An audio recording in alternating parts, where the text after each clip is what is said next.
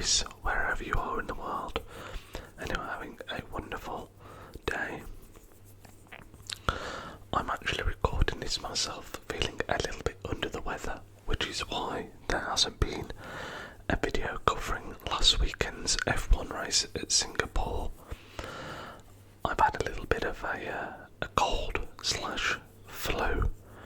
which kind of put me completely out over the weekend, so I didn't even get to watch the race in full. But I thought, this is going to sound really weird, but I kind of wanted to do a video whilst I still sounded a little bit fluey, because I think that's a thing that people like. Am I making that up? I don't know. But anyway, if you do enjoy this video, make sure to subscribe to the channel. We're closing in on 300 subscribers at the time of recording. We're very, very close. Make sure to leave a thumbs up on the video if you do enjoy it. Helps the channel massively and helps spread the video to other people that might find it relaxing. And do feel free to comment down below as well. Always great talking to you guys in the comment section. But what I wanted to do today was to just tap on a few random objects that I've got here, quite cool objects, cool to me at least anyway. Talk about, they've all kind of got a story to them, and I thought you guys might enjoy that. But before we start, I feel like this might be a polarising part of this video, because I've been under the weather. I have got some cough sweets, and I'm going to be popping one of those in. I know it's love or hate, the whole kind of ASMR eating thing. I'm actually not a massive fan of it myself, but I figured pop one of these in. I'm not going to go crazy with it. But yeah, hopefully that's not going to drive too many people away from the video. If you do enjoy it, let me know. So let's get one of these out.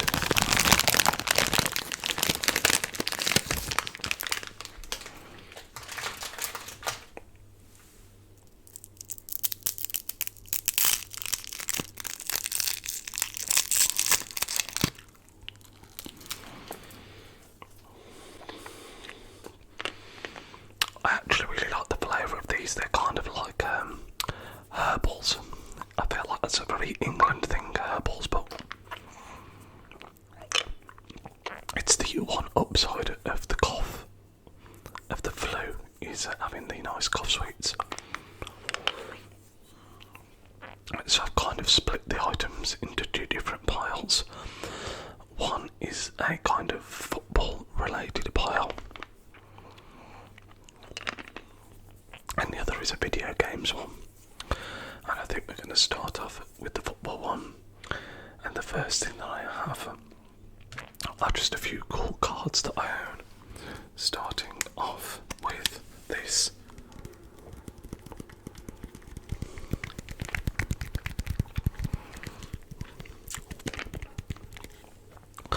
Samir Nasri signed, and then I think, do they call this a patch? Signed patch card from his time at Man City. I own very few of these kind of cards, but the ones that I own are essentially my favourite players. Samir Nasri was a player that I always loved, even before he was at City. I used to be a big fan of his when he was an Arsenal player. And then, obviously, he moved to Man City at the time where, you know, we'd been taken over. We were kind of becoming a established top 4 team, if you will. And it was just a really, really exciting time. So I think the fact that he was a player that I really liked anyway, and then he joined, and it just kind of, Samir Nasri to me is one of the players that really resembles the change at Man City of going from a mid-table club to a team competing for league titles. He was never our best player, was decent, he was really solid. I think when I think of that era of player, you obviously think of Sergio Aguero, you think of David Silva, you think of Yaya Toure, you think of Zabaleta, but Nasri scored some pretty important goals for us, and I feel like I always admire a player who's just really technically gifted, and I mean David Silva is the same, you know, they weren't strong, but they were so good on the ball. They're not the quickest, but that technical ability just gets them, you know, and gets them past a man or helps retain possession, and yet it's the kind of player that I've always really admired. So yes, Samir Nasri. I was really excited when I got this because I don't think it was super expensive. I can't remember how much I paid for it now, but I actually think it's a really, really cool card.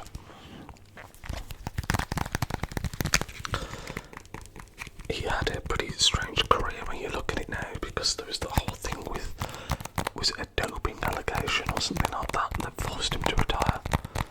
I remember there's a famous picture, isn't there, of him, but anyway, as a player, I still love him. The next one that I only have 3, is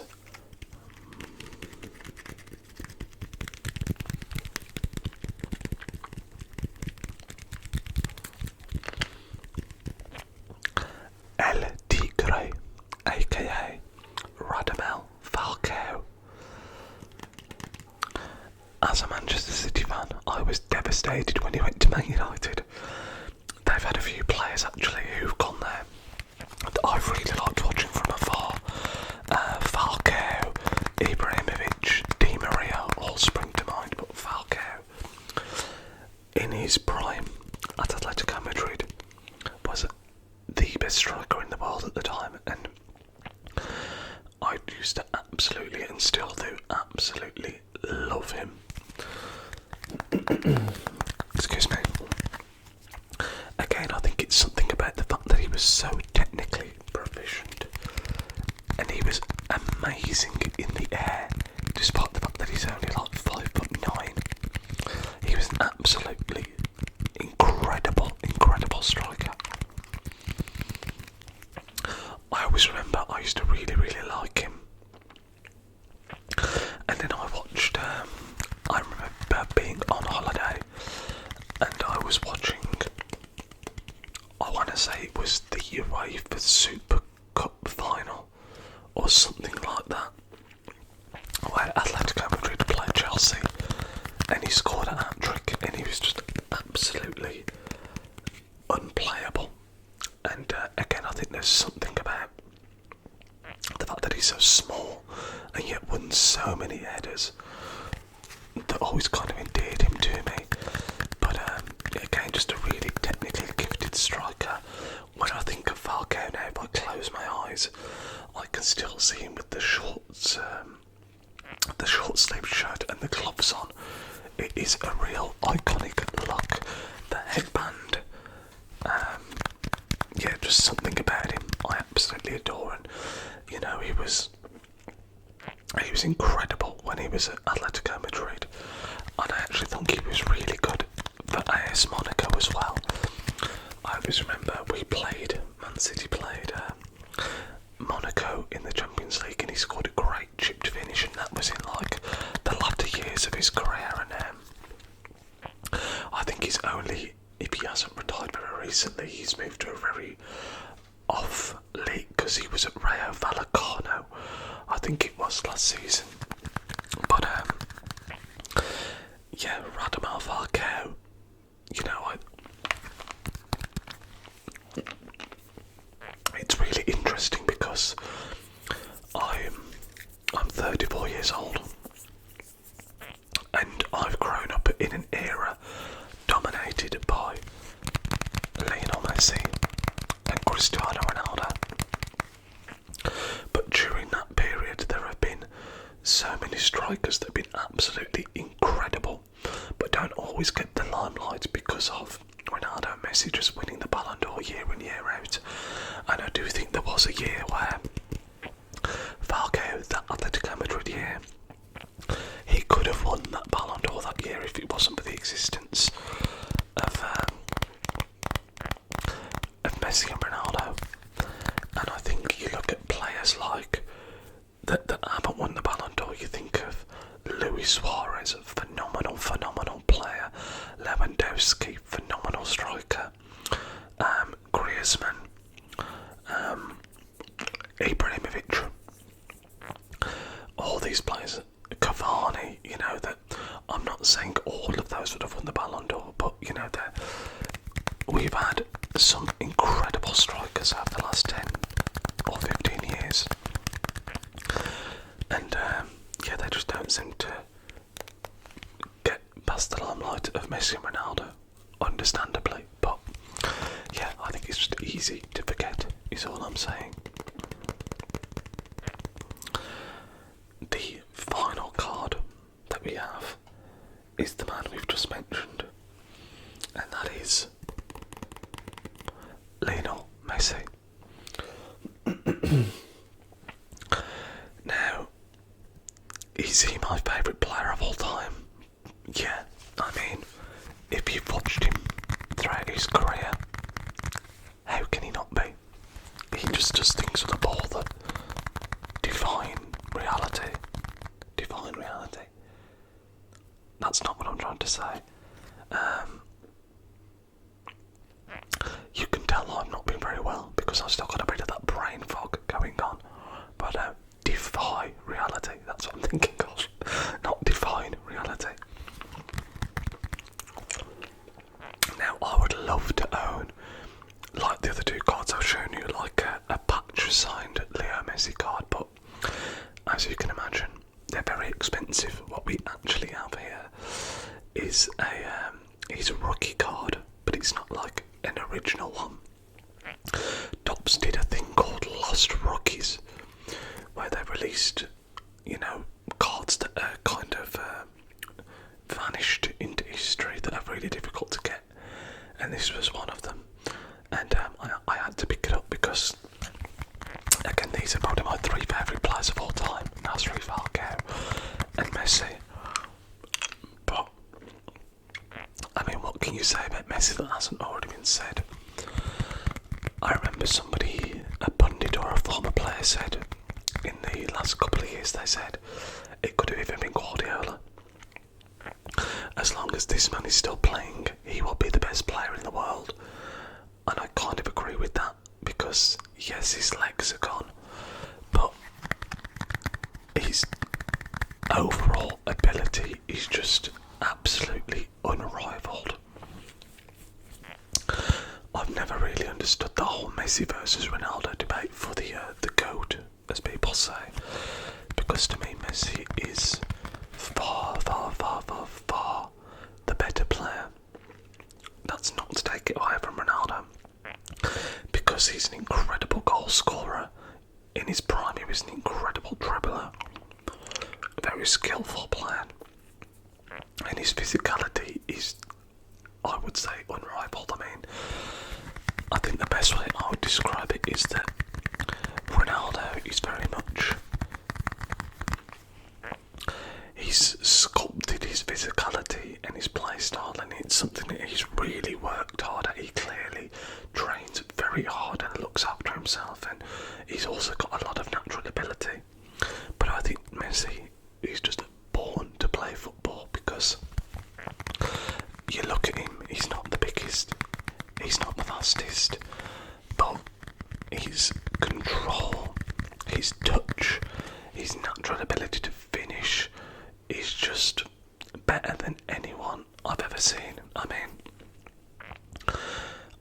I remember, I think Gary Lineker said, you know, if you break down Messi, he's the best dribbler in the history of the game, he's the best finisher, he's the best passer, he's just the greatest of all time, in my opinion. And I think it's cool to see how he's almost adapted his game as he's got old, because he used to go on these big long runs where he could take on 4, 5, 6 players and score. Obviously, as he's got older, that's not quite as possible, but his set pieces have got better as he's got older. I would argue his passing has got better as he's got older, and yeah, I mean, just an incredible player, and yeah, in my opinion, the greatest to ever do it. There is a fly buzzing around, so I've just had to do a quick cut. Hopefully he doesn't come around again. We'll see. But the next item I have to show you is probably the most sentimental one of the lot in terms of the football items, and that is the matchday programme from the Manchester City versus Queen's Park Rangers game back in 2012. This is the game with the famous Aguero moment when we won the league for the very first time. The Premier League, I should say, that is. I used to have a season ticket for City with my dad. He took me when I was a kid, and when we were at Main Road, and we only stopped going about 4 years ago now, I would say. So you can imagine the kind of journey I've had as a fan, where I started watching and going to the games when we were in League One, all the way to us winning the Premier League. It was just an incredible journey that the club has been on, and this kind of represents the peak of that. It's actually signed by 3 players: Yaya Toure, Sami Nasri, and Jesus Navas, who I was lucky enough to meet a couple of years later in a club signing in the store, the club store. I took this with me to get it signed, and now I kind of keep it as just a really cool piece, just a cool item. But yeah, I mean, I still say now that nothing will ever top this in terms of the adrenaline, the emotional roller coaster, the fact that we won it with the last kick of the game, beating obviously United, how bitter I was on the last day. It was just absolutely incredible.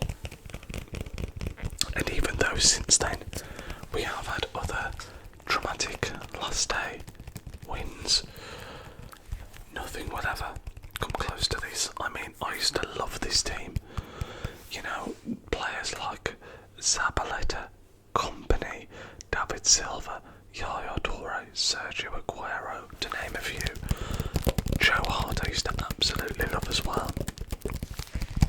It was a great team. They weren't the best team, but they had a lot of character. You know, you think of the teams that we had that followed, we've definitely had better teams, you know, the Centurions, for example, but in terms of character and spirit, and yeah, Mancini as well, I used to absolutely love. But yeah, this kind of represents to me all the years of going to watch Man City, some great memories with the football club and with my dad of going week in, week out.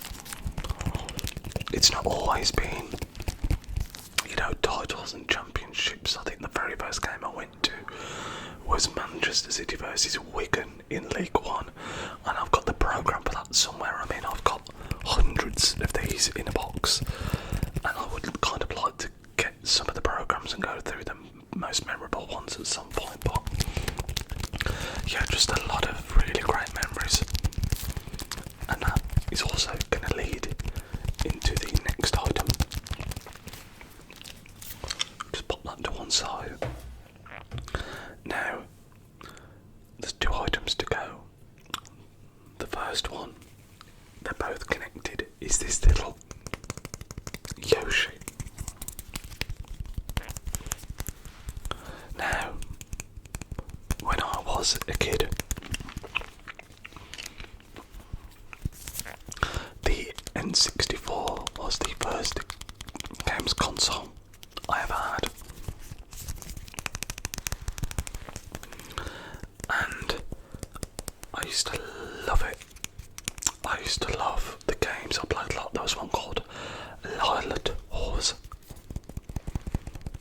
There was Banjo-Kazooie 64. There was Super Mario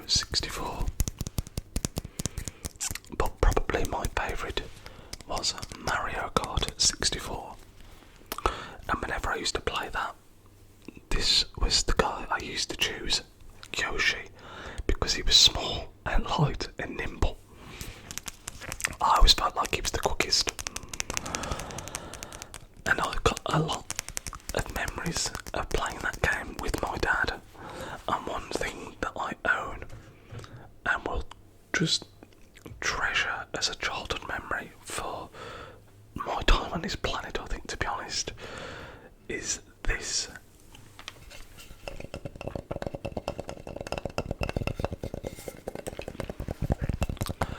So, this says on it, ND Niall V Dad. My name is Niall, by the way. I think I have said that in videos before, but my name is Niall. N64 champion. So what my dad did, we did like a Mario Kart tournament. We had like a point system where like I'm sure the point system was built into the game, but we did this over like weeks and weeks, where you'd get like points each week. And we had a big league table, and the winner got this that he made this shield. Now, in hindsight, I was 8 years old. He probably let me win. Let's be real, he probably let me win. But it didn't feel like that at the time. And me playing against my dad on this game are just some of the best memories of my childhood. Like I say, I always used to pick Yoshi, and I think he always used to pick Donkey Kong. And yeah, it just gives me, like, the Nintendo games of that time period give me a lot of nostalgia anyway, but this also just gives me a lot of fond memories of playing the game with my dad. And you know, as an older person now, I look at this and I'm like, what an amazing thing for him to have done.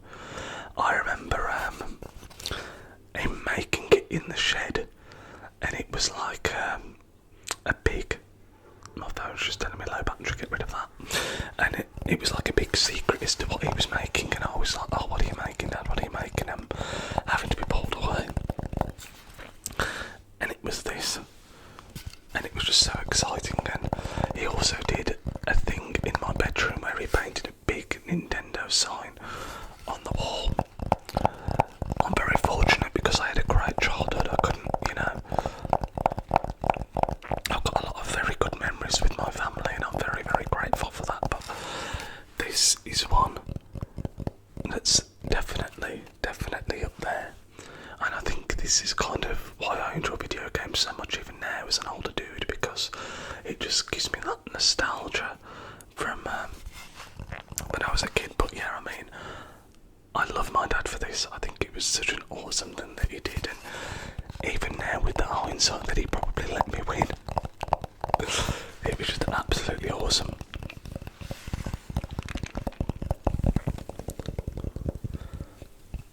Oddly enough, excluding handhelds, the N64 was the last Nintendo console I owned. I've never had, like, I didn't have the GameCube or anything like that. I don't know how I like I grew out of it, because that's not the case, but yeah, I didn't have the GameCube, didn't have the Wii. I seem to transfer from those to the PlayStation and Xbox, but yeah. I'd love to get an N64 back. I don't own one now, but I'd love to get one back and replay some of those games just for, again, the nostalgia. I also thought this would make really cool tapping sounds as well, because of it being wooden.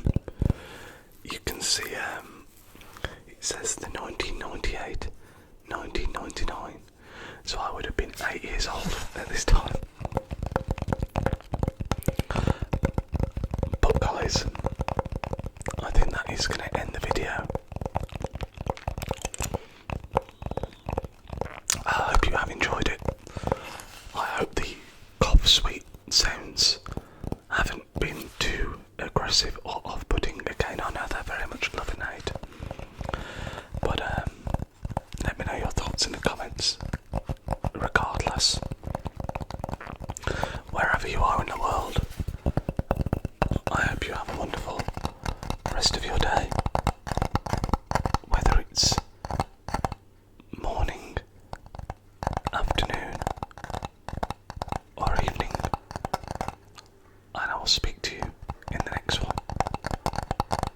See you soon.